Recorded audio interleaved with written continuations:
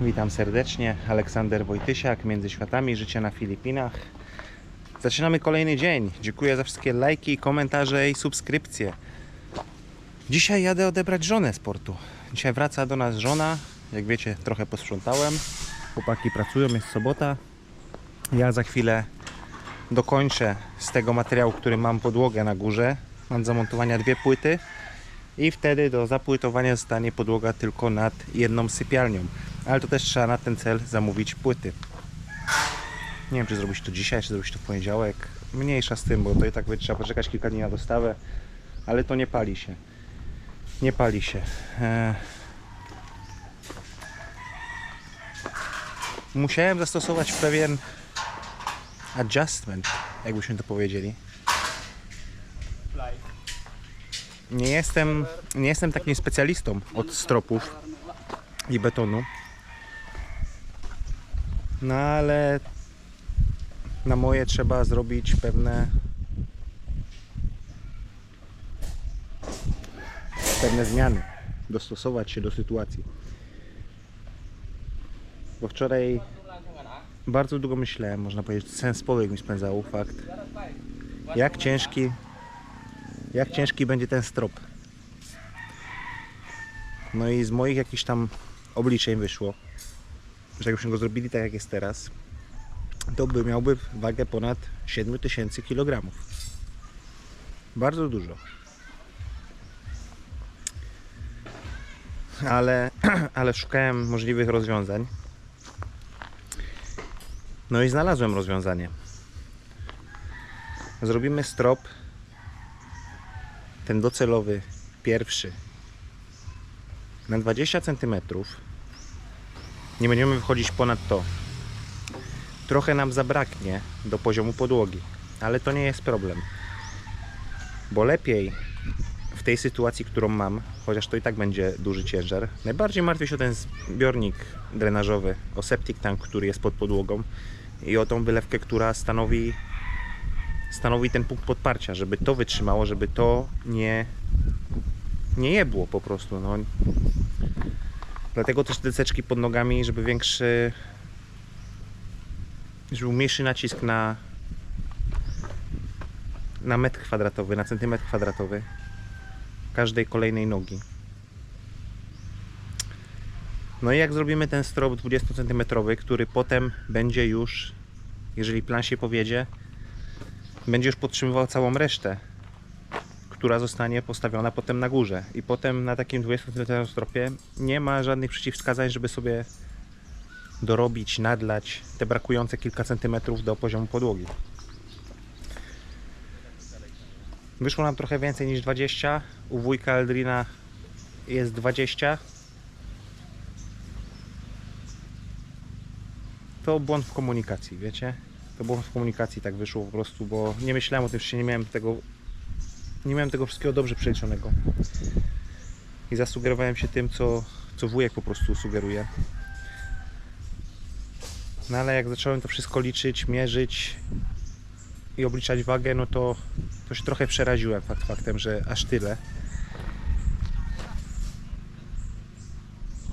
Bo wiecie, na budowach zdarzają się wypadki. Może zdarzyć się jakiś duży wypadek. O dużych wypadkach na budowach takich i poważnych, z uszczerbkiem na zdrowiu i jakichś błędach inżynieryjnych mogę nagrać oddzielny film z mojego doświadczenia, co w Norwegii widziałem po prostu. No najbardziej, tak jak mówię, najbardziej boję się tego, że jak będę na górze, będziemy lać ten strop, no to będzie sekunda. To nie będzie trwało 5 sekund, 5 minut czy 10 minut. Jeżeli coś zdecyduje się, że nie wytrzyma, to będzie sekunda, jak coś się załamie i cały beton spadnie. My będziemy wisieć na zbrojeniu. Zbrojenie nie spadnie na dół. Jest to po prostu niebezpieczne dla zdrowia. I zrobimy to inaczej. Zrobimy teraz po moim już rozmawianiu z chłopakami, że wprowadzamy zmiany, bo nie chcę, żeby komuś stała się krzywda. To przede wszystkim. No nic, chłopaki robią zbrojenie dalej, kręcą belki. Ja wskoczę na górę od rana dokończę podłogę, przykręcę te dwie płyty, dotnę i przykręcę te dwie płyty. A potem pojedziemy do Sikihor odebrać Ernestinę. Ernestin celuje w prom o godzinie 9:20, czyli będzie to na miejscu około 10:30. I wtedy też postaramy się być w porcie. Mus, kot jedzie ze mną, bo po drodze mamy weterynarza, załatwimy kwestię weterynarza. U weterynarza porozmawiamy też o kwestii sterylizacji zwierzaków, no bo Tulfi stał się bardzo napalony, niesamowicie napalony. Jest tu jakaś suczka, która przychodzi do niego i jakby tylko ją sięgnął, to już by zostawał tatą.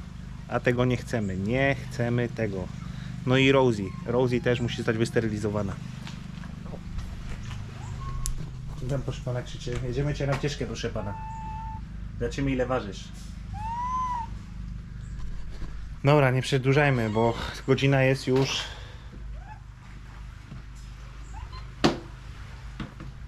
Która jest godzina? Telefon mi pada, nie ma prądu. Kurczę. No nic, idę do pracy. Dobrze, moi mili, nadszedł ten czas, ten dzień. Jedziemy odebrać żonę z portu. Jedzie ze mną Mus, bo po drodze mamy weterynarza w San Juan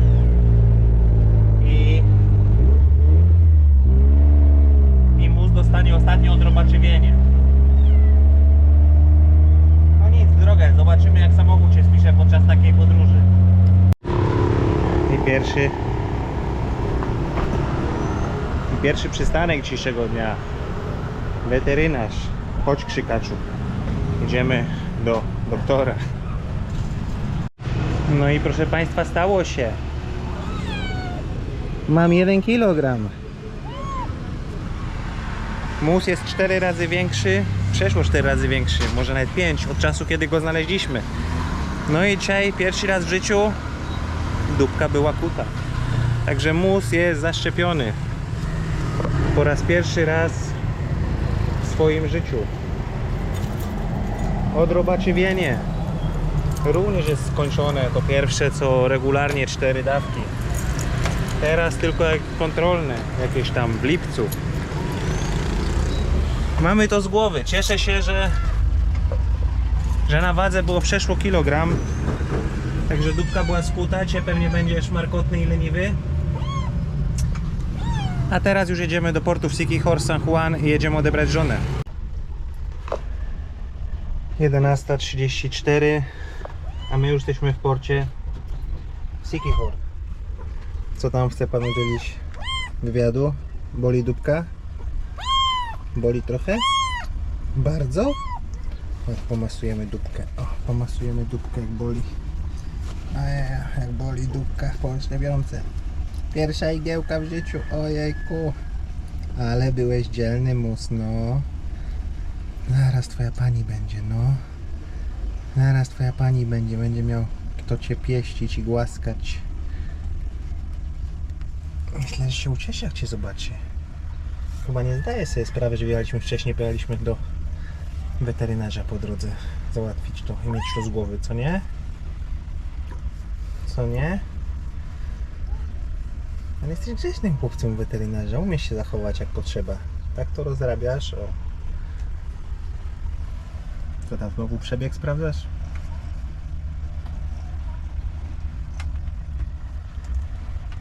No gdzie ty tam idziesz? Ej.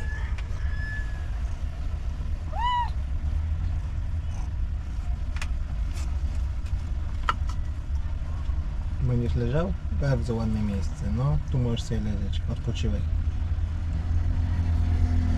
Odpoczywaj, maluchu.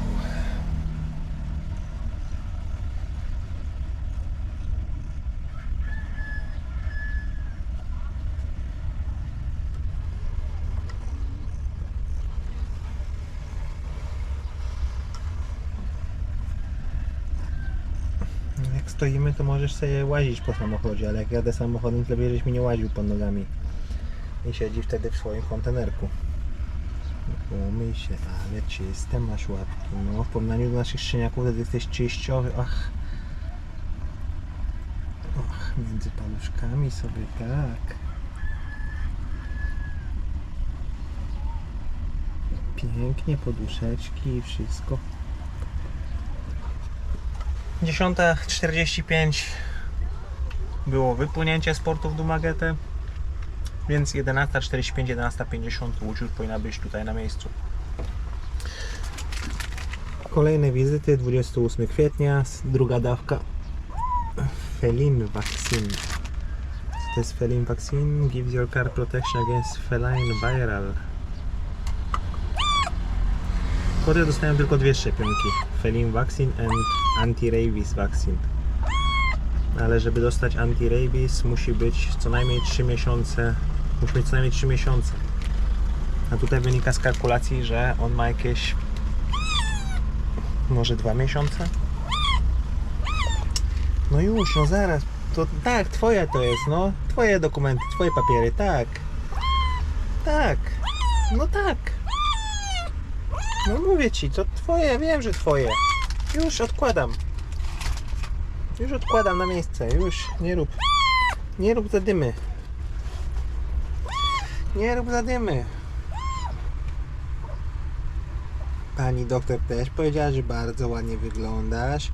Oczka masz piękne, wyzdrowiały po tym antybiotyku, co dostawałeś.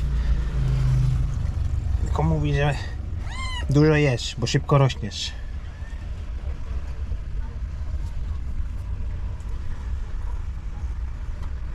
No nic, czekamy. No. Czy może pan gdzieś usiąść, zająć jakieś miejsce i się zrelaksować na chwilę? No może być na moim telefonie nawet, no. A nie gryź mi kabla od powerbanku. Okej. No, tutaj piękne miejsce znalazłeś. No i zobaczcie, kto tutaj jest. Wszyscy na to czekali, wielu ludzi pisało komentarze. O, chyba się. I'm back. Żona dotarła. Ale ile zostanie, With rice na rin kare-kare? to zobaczymy. Oh, with rice na. No bo są sprawy do załatwienia z tą Roeną, co ta ziemia jest sprzedawana w San Juan. What pizza do you like? Pepperoni. Pepperoni pizza. Ta kobitka 8 kwietnia wylatuje z powrotem do Kanady. Oh, I do tego czasu trzeba mieć wszystko na piśmie, przez prawnika i tak dalej. Więc jeszcze 7 będzie spotkanie z tą Roeną, więc może jeszcze żona tam pojedzie. want San Mig light or pilsen? What? The light one or the pilsen? Pilsen. Pilsen. Wracając do tematu, no to może żona jeszcze pojedzie do Pwede may baso with do Dumaguete. No i o to, o czym ja wspominałem, no jest taka ilość jeszcze kurzu, mimo że wczoraj poodkurzałem, zmywałem kurze szmatką. Ernestine ma delikatny nos i zaraz alergia, zaraz ją zatyka, zaraz oczy pukną. No strasznie by się tu ze mną męczyła przez te ostatnie dni, jakby tutaj ze mną była. Także zobaczymy, co to będzie, no ale chwilowo odzyskałem żonę. A teraz jesteśmy na jedzeniu w 24. Zamówiliśmy pizzę, słodko-kwaśną świnkę dla mnie. Ernestine mówiła cara cara, kare-kare. care care i jeszcze do tego pizzę. No, także tak. Ale ostro. Przyszło jedzenie. Wieprzowina, słodko-kwaśna dla mnie. Pizza pepperoni, zaczęliśmy czekając na resztę. A to co to jest? What is that? This is kare-kare. What is that? Meat. I think it's Pork? pork. What Pork is under? kare-kare. And this is peanut sauce. Sos orzechowy. It's peanut. But it's not that soupy type. No, orzechowe. Dobra. Pora szuflować.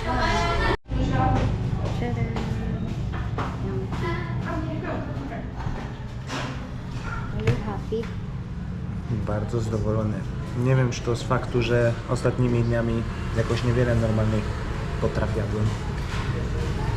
No ale ta wieprzowina słodko-kwaśna, uważam, że najlepsze danie, najlepszy talerz jaki jadłem na Filipinach i na pewno na to wrócę. Tak hamburger, którego jadłem tego burgera jakiś czas temu, tutaj to nie. Pizza taka sobie, ale tam to mi tak posmakowało, ale to było dobre. But it's brown now. Wszystko zjedzone, wszędzie nie ma prądu cały dzień i u nas w Lazji i tutaj tak samo. Jedziemy do domu. Tulfi. Mój Boże, jak ty wyglądasz? Jak ty wyglądasz? Co ty zrobiłeś ze sobą? Co ty z sobą zrobiłeś? Poczekaj aż pani wstanie, no. Ale będzie kąpiel obowiązkowa. No zobacz mu jaki to jest morus. Zobacz. Dobrze. Jaki dzisiaj jest dzień? Poniedziałek. Ernestine dotarła do mnie w sobotę. I od tego czasu trochę mniej nagrywałem. Musiałem się trochę nacieszyć powrotem żony. No i mieliśmy też kilka rzeczy do przegadania i ogarnięcia. A mianowicie nikt się tutaj w komentarzach nie zastanawiał, co z tą strukturą, dlaczego to stoi. Otóż nic się tu nie działo przez ostatni tydzień, ponieważ trzeba było wpłacić kolejną część umówionej kwoty, a jako że moja żona ma konto w filipińskim banku, z którego w placówce może wyciągnąć tyle, ile chce jednorazowo, a nie tak jak ja się bujam 10 tysięcy bankomat, 10 tysięcy bankomat, 10 tysięcy bankomat, to po prostu trzeba było poczekać, aż przyjedzie Ernestine i będzie możliwość podjechania do placówki banku, wejścia do środka i wyciągnięcia odpowiedniej kwoty. 100 tysięcy peso. Teraz 100 tysięcy peso dostali na zamówienie kolejnych materiałów. Dzisiaj już przychodzą do pracy w poniedziałek i będą to kontynuowali. Jako że był ten chłopak, który odpowiada za to jeszcze dodatkowo skonsultowałem z nim swoje jakieś przemyślenia odnośnie naszej struktury drugiego piętra. Rozmawiałem też z nim trochę o zbrojeniu, to co my robimy, no bo są na dobrą sprawę 4 wersje. Moja, chłopaków co pracują, czyli wujek od łódki, który pracuje tutaj ze mną z pomocnikiem, wujka Aldrina, który ma ten dom tam, wiecie gdzie, kawałek dalej, ten betonowy. No i ostatnia osoba, która to sprawdzała, no to był właśnie gościu, który oni tutaj budują na Filipinach. No i znaleźliśmy jakiś konsensus, bo jak przyszedł wujek w sobotę rano, no to wujek miał sugestię, żeby robić to jeszcze dużo wszystko mocniejsze zbrojenie. Ale tak jak wujek planował to robić, no to była ogromna miskalkulacja, nieodpowiednie przeliczenie. Powyżej to, co ja wyliczyłem, ile tego zbrojenia będziemy potrzebowali. I to było naprawdę takie mocne, jak ktoś pisał komentarz, że czołg można by było stawiać na górze i byłoby spokojnie. Z takim zbrojeniem, jak wujek ma u siebie w domu. Ale znajdujemy kompromis pomiędzy tym wszystkim. Część belek będzie robiona z 8 prętów 12, wiecie, po kwadracie w strzemionie.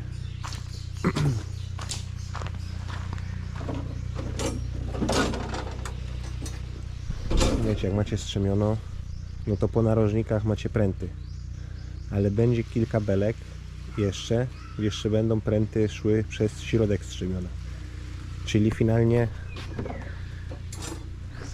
8 prętów 12 na jedną belkę. Teraz robimy te belki, co idą równolegle, wzdłuż budynku, przez ścianę tą, zaczynają się na ścianie końcowej, idą przez tą ścianę przepraszam, przez tą ścianę nośną od łazienki, co dzieli łazienkę i kuchnię, i kończą się tam. I tu robimy belki w tą stronę, a potem te belki poprzekłada się i powiąże jeszcze prętami 12, które będą szły do nich prostopadle.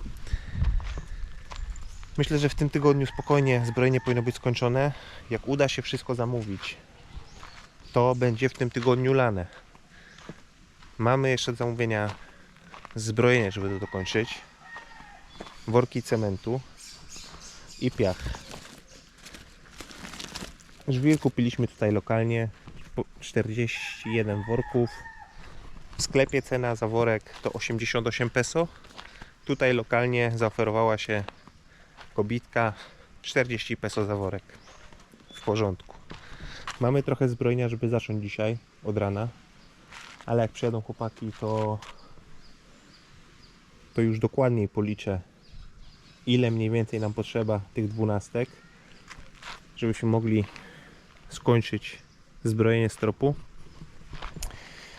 I jedną z pierwszych rzeczy, którą dzisiaj zrobię, będzie pojechanie do sklepu i zamówienie prętów, żeby przyjechały możliwie jak najszybciej. Jak przyjadą przed 12 będzie w porządku, jak przyjadą chwilę po 12 będzie w porządku, będą mieli co robić. Muszę też zamówić płyty na drugie piętro, żeby skończyć piętro. 4 płyty potrzebuję domówić. No i też w tym tygodniu cała podłoga na piętrze powinna być już zamknięta i skończona.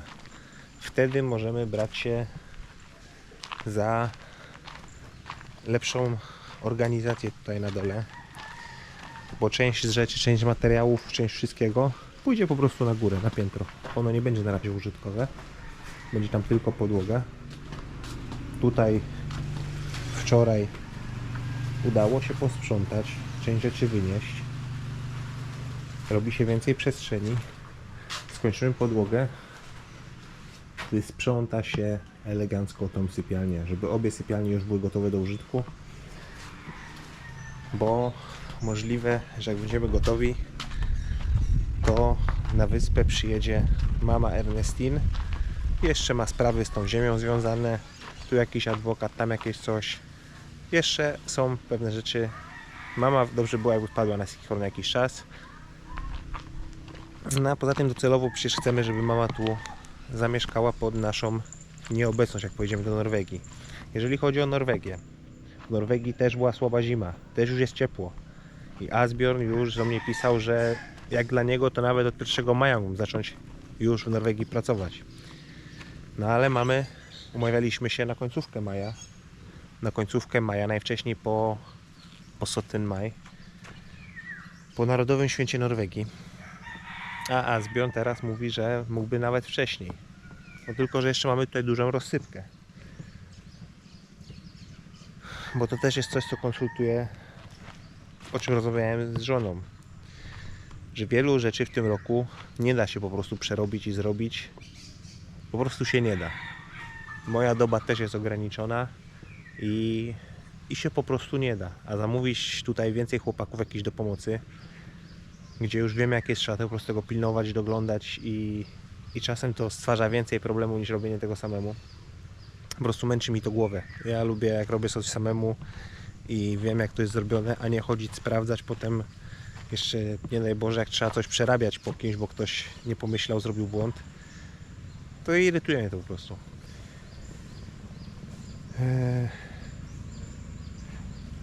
Także jest taka opcja, żeby speedrunować, przyspieszyć, jak tylko się da, żeby to był główny priorytet. Kuchnia i łazienka. A mianowicie, żeby one były gotowe do użytku. One nie będą wykończone w detalach. Tam jeszcze nie będzie płytek w tym roku.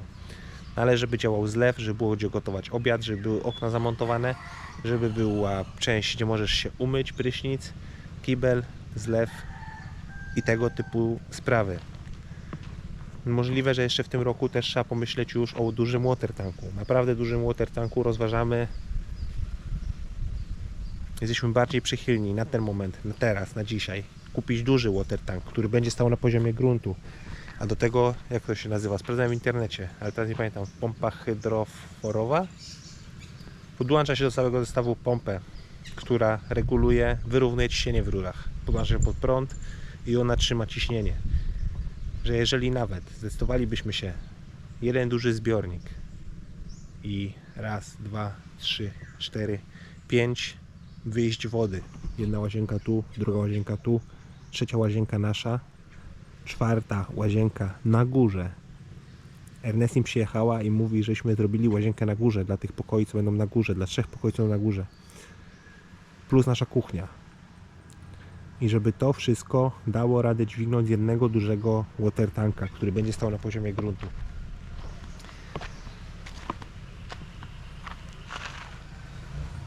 Tak jak wspominałem, chyba już wspominałem o tym w 43 filmie, ale mogę powiedzieć o tym jeszcze raz. Zachodzą pewne zmiany, jeżeli chodzi o wysokość stropu W części, którą budujemy, nie zrównujemy się na ten moment z docelową podłogą. Po prostu, żeby było to bezpieczniejsze. Bezpieczniejsze teraz w pracy, bo zrobić tak wysoki strop, jak tutaj właśnie wujek, nie wiem z czego to wynika, z tego doświadczenia, czy z niewiedzy, czy z czego, nie mam pojęcia. Ten wujek, co pracuje ze mną, młodutki. Byłby to ogromny ciężar. Ponad 500 kg na metr kwadratowy wagi. Kluczowe będą pierwsze 24 godziny po wlaniu stropu, żeby to już związało, żeby to już się trzymało samo na sobie na prętach zbrojeniowych. No w sumie pierwsze 12 godzin w tym klimacie to pierwsze 12 godzin i po 12 godzinach beton już będzie dość mocno związany. Zmieniamy to. Wysokość stropu, która będzie teraz dana, będzie to w okolicach 20 cm. To i tak jest sporo, ale to ma być solidna struktura, tak jak wspominałem. To ma być takie miejsce, gdzie masz ten komfort psychiczny, że nie wiem, masz piękny, słoneczny dzień, a nagle, nie wiem, nie śledziłeś informacji, nagle jest informacja, że idzie jakaś wichura, tajfun, chociaż tajfunów nie ma. To żeś miał to miejsce, gdzie po prostu spokojnie sobie w twojej głowie funkcjonujesz. Zawsze możesz się schować do łazienki, która będzie wymurowana ze wszystkich 4 stron, z grubym stropem na górze. Może się wszystko zawalić, a tam będziesz po prostu bezpieczny. No chociaż mówię, no to jest taki najgorszy scenariusz, ale lepiej w życiu brać te najgorsze scenariusze również pod uwagę, żeby potem nie być, żeby być na wszystko przygotowanym. Bo ten dom stoi ponad 8 lat, przeszedł tutaj różne rzeczy i nigdy nie było z tym żadnego problemu. Dobrze, dziękuję Wam za uwagę, dziękuję za wszystkie komentarze, za lajkowanie, za oglądanie. Witam nowych subskrybentów, jest nas 1650, przechodzimy 1650, lecimy powoli po 2000. Pozdrawiam Was serdecznie, Aleksander Wojtysiak, Między Światami, Życie na Filipinach. Kolejny film będzie zbiorem radosnej twórczości z kilku dni. Na razie, do zobaczenia.